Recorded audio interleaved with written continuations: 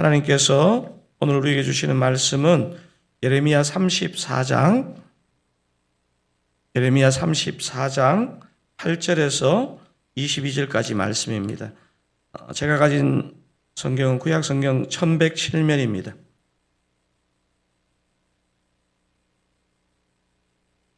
구약 성경 1107면에 있는 예레미야 34장 다 찾으시면 제가 8절, 여러분이 9절 그렇게 교독하시고 마지막 22절을 함께 읽겠습니다. 제가 8절 먼저 읽겠습니다. 시드기야 왕이 예루살렘에 있는 모든 백성과 한 가지로 하나님 앞에서 계약을 맺고 자유를 선포한 후에 여호와께로부터 말씀이 예레미야에게 임하니라. 그 계약은 사람마다 각기 히브리 남녀노비를 놓아 자유롭게 하고 그의 동족 유다인을 종으로 삼지 못하게 한 것이라. 이 계약에 가담한 고관들과 모든 백성이 각기 노비를 자유롭게 하고 다시는 종을 삼지 말라 함을 듣고 순복하여 놓았더니 후에 그들의 뜻이 변하여 자유를 주었던 노비를 끌어다가 복종시켜 다시 노비로 삼았더라. 그러므로 여호와의 말씀이 여호와께로부터 예레미야에게 임하니라. 이르시되 이스라엘 하나님 여호와께서 이와 같이 말씀하시니라. 내가 너희 선조를 애굽 땅 종의 집에서 인도하여 낼 때에 그들과 언약을 맺으며 이르기를 너희 형제 히브리 사람이 내게 팔려왔거든 너희는 7년 되는 해에 그를 놓아 줄 것이니라. 그가 6년 동안 너를 섬겼은즉 그를 놓아 자유롭게 할지니라 하였으나 너희 선조가 내게 순종하지 아니하며 귀를 기울이지도 아니하였느니라.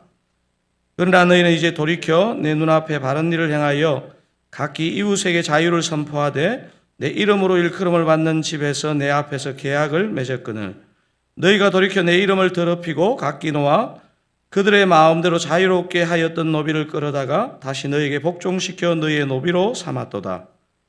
그러므로 여호와께서 이와 같이 말씀하시니라. 너희가 나에게 순종하지 아니하고 각기 형제와 이웃에게 자유를 선포한 것을 실행하지 아니하였은즉 내가 너희를 대적하여 칼과 전염병과 기근에게 자유를 주리라.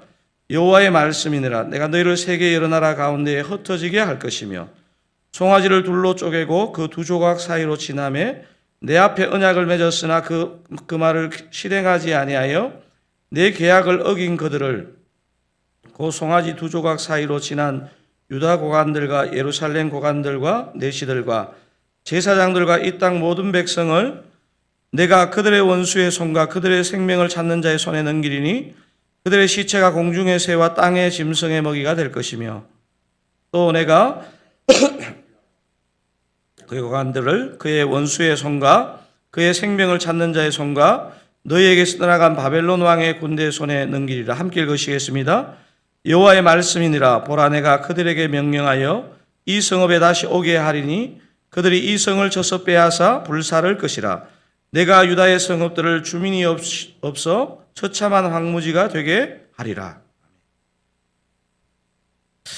만약 누군가 저에게 성도에게 무엇이 가장 중요합니까? 이렇게 물으신다면 저는 주저없이 생명을 주는 복음을 잘 믿는 것이 제일 중요합니다. 이렇게 대답하겠습니다. 그러면 생명을 가져오는 그 믿음 다음으로 중요한 것은 무엇이라고 생각하십니까? 이렇게 물으시면 저는 이번에도 주저없이 믿음 다음으로 중요한 것은 건강한 자존감, 좀 더 넓혀서 표현하면 건강한 내면이라고 생각합니다. 이렇게 답하겠습니다. 제가 왜 이렇게 말씀드리냐면 제 자신을 비롯하여 우리 성도님들이 복음을 받아들이는 우리의 자존감 내면이 건강하지 못하면 정말 복잡한 일들이 우리 삶 가운데 일어나더라고요.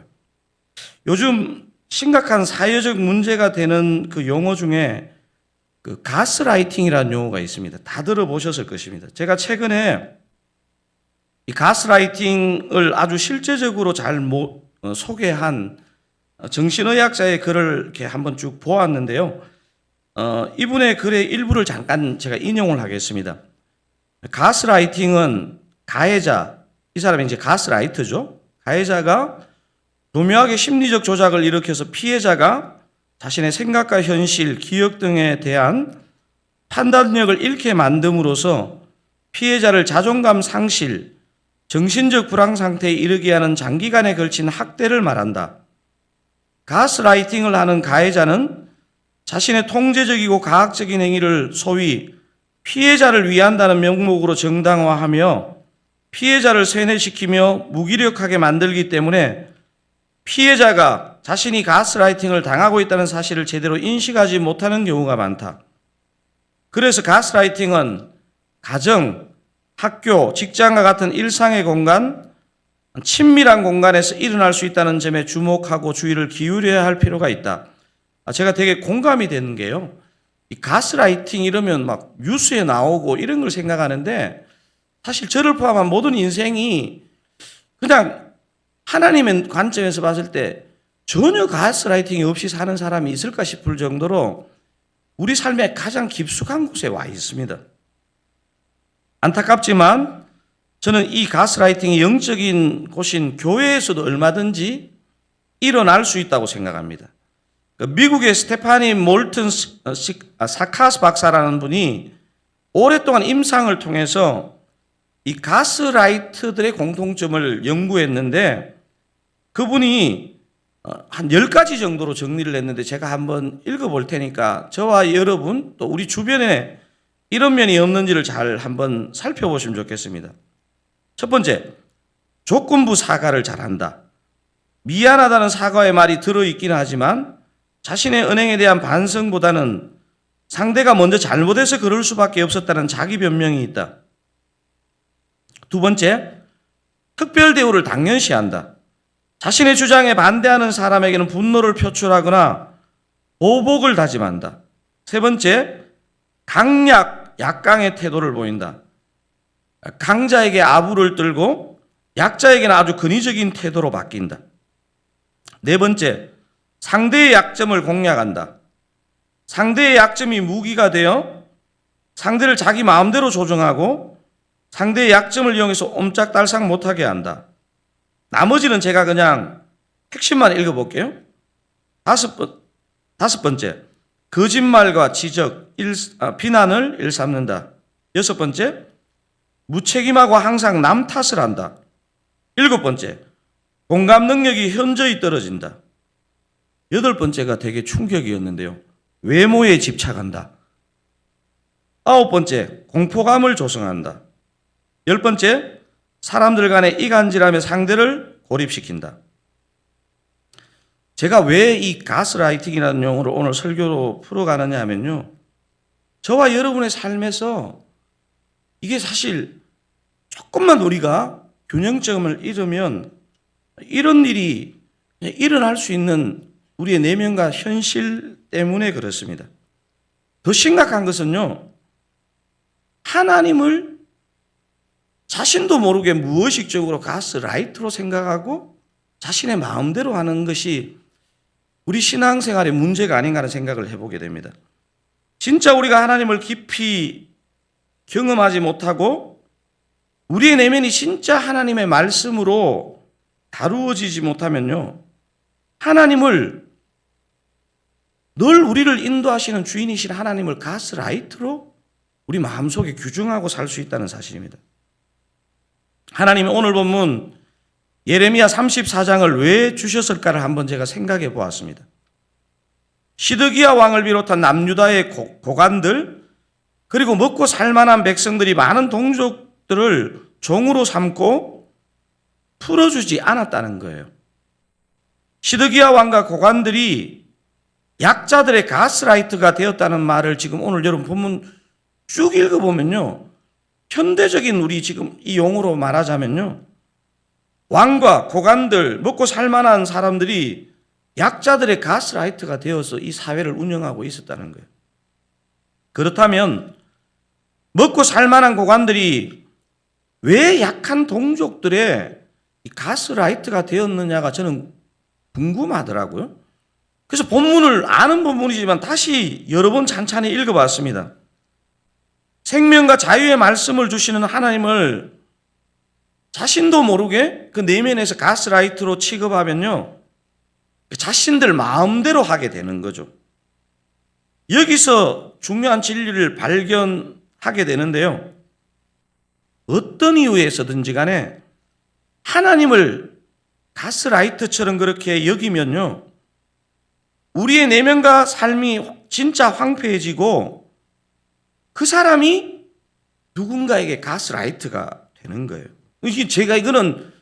제가 가스라이팅이라는 용어가 요즘 하도 사회적인 용어가 되고 있고, 제가 오늘 본문을 보면서 이게 멀리서 일어나는 게 아니고 우리 삶 가운데서 일어나는구나. 그래서 그 결과 하나님의 말씀도 더 무시하게 되고 사람들의 자유를 속박하는데 자기는 속박한다고 생각하지 않는 거예요. 여러분은 오늘 지금 사실 읽은 본문에서 어떤 단어가 가장 중요하다고 생각되십니까? 저는 여러 번 읽으면서 오늘 본문에서 특별히 반복되고 부각되는 단어가 두 단어가 있거든요. 한 단어는 계약이란 단어입니다. 계약이란 단어. 오늘 본문에도 그 단어가 다르게 표현된 단어가 뭐냐면 언약이란 단어와 거의 동의어로 사용됩니다. 다른 한 단어는 뭐냐면요, 자유라는 단어입니다. 자유라는 단어. 제가 앞에 세 절에서만 그 단어가 엄청 모여 있어요. 물론 막 본문 전체에서 자유라는 단어는요 계속 나옵니다. 계약이라는 단어와 특별히 8절에서 11절 그 단어가 네 절이네요. 네 절에 모여 있는데 한번 색깔 있는 글씨로 제가 표현했습니다. 한번 읽어보겠습니다. 시드기야 왕이 예루살렘에 있는 모든 백성과 한 가지로 하나님 앞에서 계약을 맺고 자유를 선포한 후에 여호와께로부터 말씀이 예레미야에게 임하니라. 그 계약은 사람마다 각기 히브리 남녀노비를 놓아 자유롭게 하고 그의 동족 유다인을 종으로 삼지 못하게 한 것이라. 이 계약에 가담한 고관들과 모든 백성이 각기 노비를 자유롭게 하고 다시는 종을 삼지 말라 함을 듣고 순복하여 놓았더니 후에 그들의 뜻이 변하여 자유를 주었던 노비를 끌어다가 복종시켜 다시 노비로 삼았더라. 이 짧은 네 절에 계약이란 단어를 세 번, 자유와 자유의 반대가 되는 종, 노비가 들어간 이 표현을까지 포함하면 7번, 이 두 단어만 10번이 사용되었습니다. 이게 무엇을 말할까요? 계약이 뭐냐 하면요, 언약이잖아요. 언약. 요즘으로 말하면 하나님의 말씀입니다. 우리와 하나님 사이에 맺어진 그 계약, 언약, 말씀, 즉 하나님 말씀에 순종하면 순종하는 자신도 우리 주변에 있는 사람들도 진짜 자유를 누리게 된다는 거예요. 여러분, 이게 굉장히 중요합니다. 하나님의 말씀이 있잖아요. 왜 중요하냐? 하나님의 말씀을 누릴 때 진짜 자유를 누리게 되는 거예요. 그리고 말씀을 누리는 순종하는 건강한 나와 주변에 있는 사람은요, 함께 자유를 누리게 되는 것이죠. 반면에 계약, 말씀에 순종하지 않으면 그 사람도 주변 사람도 모두 자유를 함께 잃어버리게 된다는 사실입니다.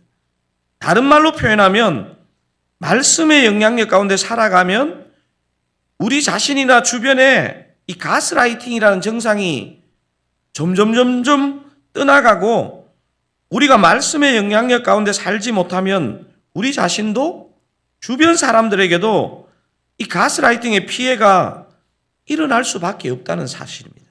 여러분, 오늘 본문이 말하는 그래서 핵심 메시지는 저는 이렇게 정리해봤습니다. 같이 한번 읽어보실까요? 말씀에 순종하면 우리 자신이나 주변 사람들이 참 자유를 누리게 되고 말씀에 순종하지 않으면 우리 자신과 주변에 가스라이팅이 발생한다는 사실입니다.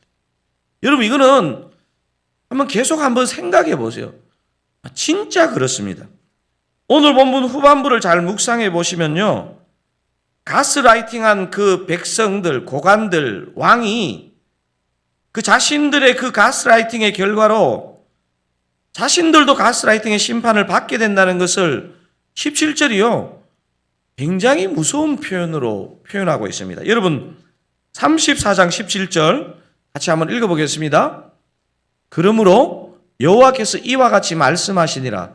너희가 나에게 순종하지 아니하고 각기 형제와 이웃에게 자유를 선포한 것을 실행하지 아니하였은즉, 그 다음 한번 큰 소리 읽어보겠습니다. 내가 너희를 대적하여 칼과 전염병과 기근에게 자유를 주리라. 여호와의 말씀이니라. 내가 너희를 세계 여러 나라 가운데 흩어지게 할 것이며. 여러분 저런 표현 보셨습니까? 저 사실은 저 완전히 어떻게 보면 문학적인 표현 같아요. 내가 너희를 대적하여 칼과 전염병과 기근에게 자유를 주리라. 보통은요, 구약의 예언서를 읽어보면 내가 너희들의 그 죄악으로 인해서 칼과 전염병과 기근을 보내리라 이렇게 표현하지 저렇게 표현을 안 하거든요. 자유를 빼앗은 너희들, 내가 칼과 전염병과 기근을 통해서 자유를 빼앗겠다는 거예요.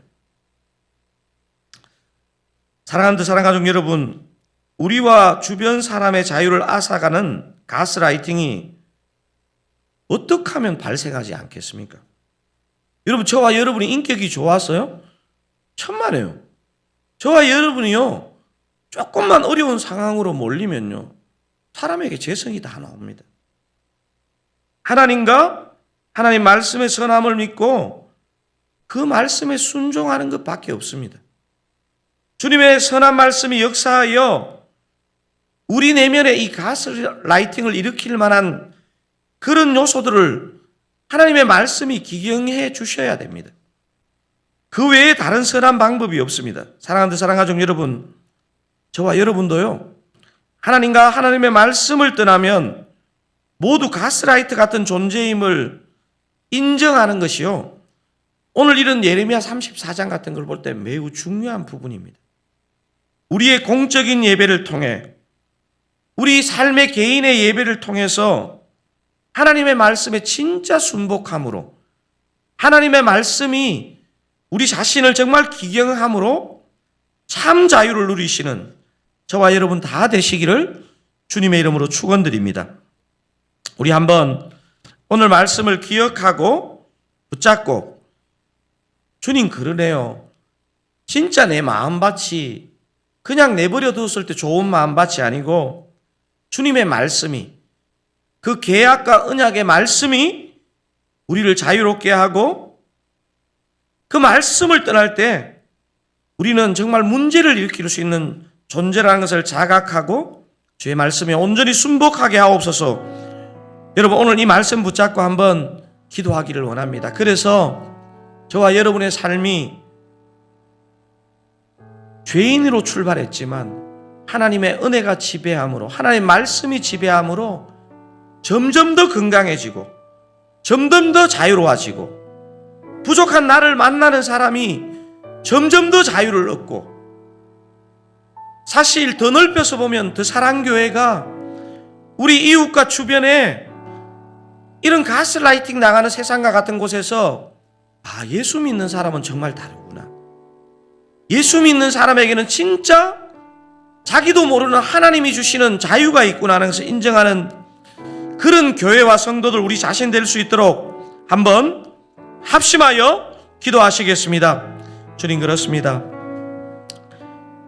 주님의 말씀, 주님의 마음과 뜻이 담긴 이 말씀에 순종하면 우리 자신이나 주변 사람들이 참 자유를 누리게 되는 줄로 믿습니다. 주님, 이 말씀에 순종하지 않으면 우리 자신과 주변에 우리도 모르게 가스라이팅이 발생한다는 것을 엄중한 주의 명령으로 자각하기를 원합니다. 그래서 주님의 말씀을 주야로 묵상하며, 우리가 그래서 주의 말씀에 붙들리며 주의 말씀에 온전히 순복하게 하옵소서. 아버지, 당신의 생명의 말씀, 자유케 하는 말씀, 우리를 온전하게 하는 그 말씀에 우리가 붙들리며 순복할 수 있기를 원합니다. 주여, 그 은혜로 우리의 마음밭을 기경하시고 우리의 삶을 인도하시고 우리를 선한 길로 인도하여 주시기를 원합니다. 우리들 사랑교회가 주님, 진짜 주님이 주시는 자유를 알고 그 자유를 우리의 삶으로 증거할 수 있기를 원합니다. 주의 역사하여 주시옵소서. 역사하여 주시옵소서.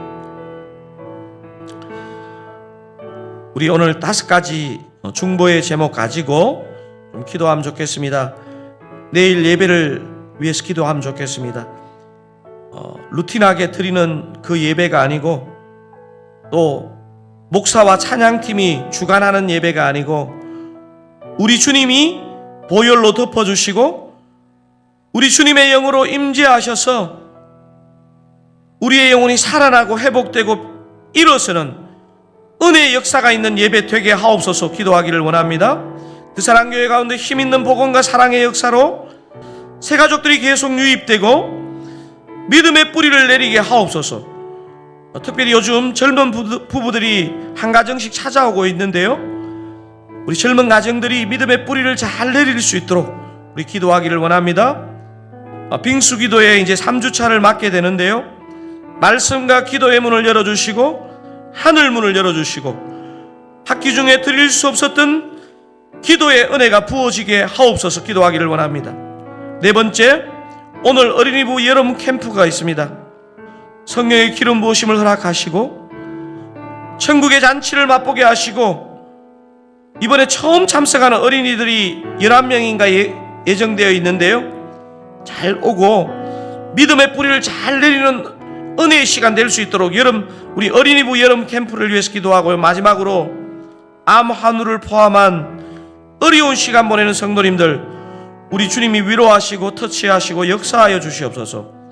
여러분 5가지 기도 제목, 내일 예배, 새가족, 빙수기도회, 어린이부 여름 캠프, 환우들을 위해서 우리가 묵상으로 기도해도 들어주실 분이지만요, 우리가 마음을 담아서 간절한 마음으로 기도할 수 있도록 주의 은혜를 주옵소서. 한번 크게 부르짖고 한번 합심하여 기도하시고, 여러분 가져온 기도 제목 가지고 중보하시고 그렇게 오늘 하루 승리하시기 바랍니다. 주여 은혜를 주옵소서. 주여 은혜를 주옵소서. 주여 은혜를 주옵소서. 주님, 내일 예배를 받아 주시옵소서. 주님이 주관하여 주시옵소서. 주의 보혈을 덮어주시고 주님의 영으로 임재하셔서 한 주간 어떤 삶을 산 영혼이라도 주님, 이 예배에 참석할 때 자리에 앉기만 하여도 찬양하고 말씀 듣고 예배할 때 그 영혼이 살아나고 회복되고 일어서는 은혜의 역사가 있게 하여 주시옵소서. 주님의 보혈로 덮어주시옵소서. 주님의 영으로 충만히 임재하여 주시옵소서. 하나님 아버지, 사랑교회 가운데 힘있는 복음과 사랑의 역사로 새 가족들이 계속 유입되고 믿음의 뿌리를 잘 내리게 하옵소서. 특별히 찾아오는 젊은 부부들이 드사랑교회 가운데 믿음의 뿌리를 내리고 우리 교회 가운데 다음 세대가 차고 넘치는 그런 복된 교회가 되게 하옵소서. 주님, 빙수기도회 가운데 말씀과 기도의 문을 열어주시고 하늘 문이 열리게 하옵소서. 아버지, 은혜의 문이 활짝 열리게 하여 주시옵소서. 오늘 어린이부 여름 캠프를 주님 축복하여 주시옵소서. 성령의 기름 부으심을 허락하시고 모든 아이들과 모든 섬기는 분들이 천국의 잔치를 맛보게 하옵소서. 특별히 처음 참석하는 어린이들이 아버지, 여러 방해의 요인 가운데도 여름 캠프에 참석할 수 있는 은혜를 주시고, 아버지, 이번 여름 캠프를 계기로 믿음 생활을 잘 시작할 수 있도록 은혜 베풀어 주시옵소서.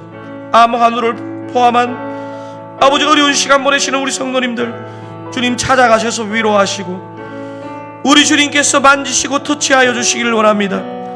주여, 주여, 주께서 역사하여 주시옵소서.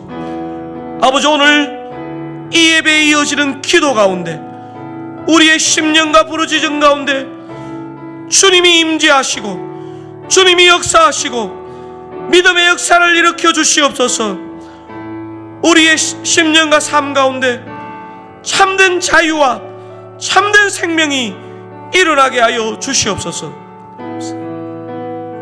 감사합니다.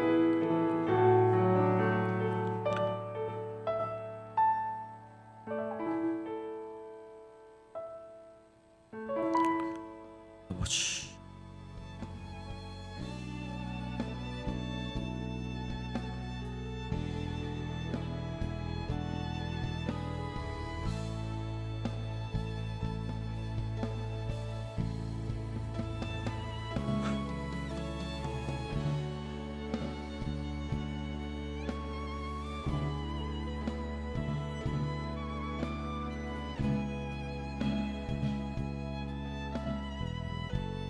주님.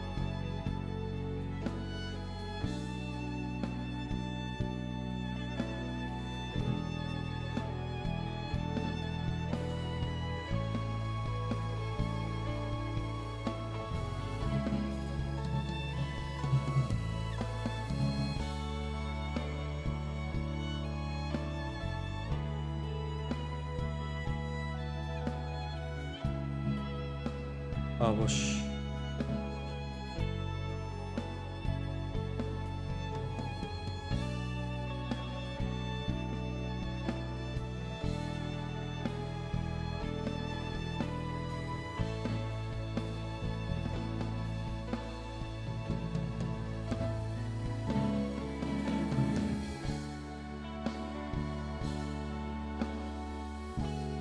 주님, 주님.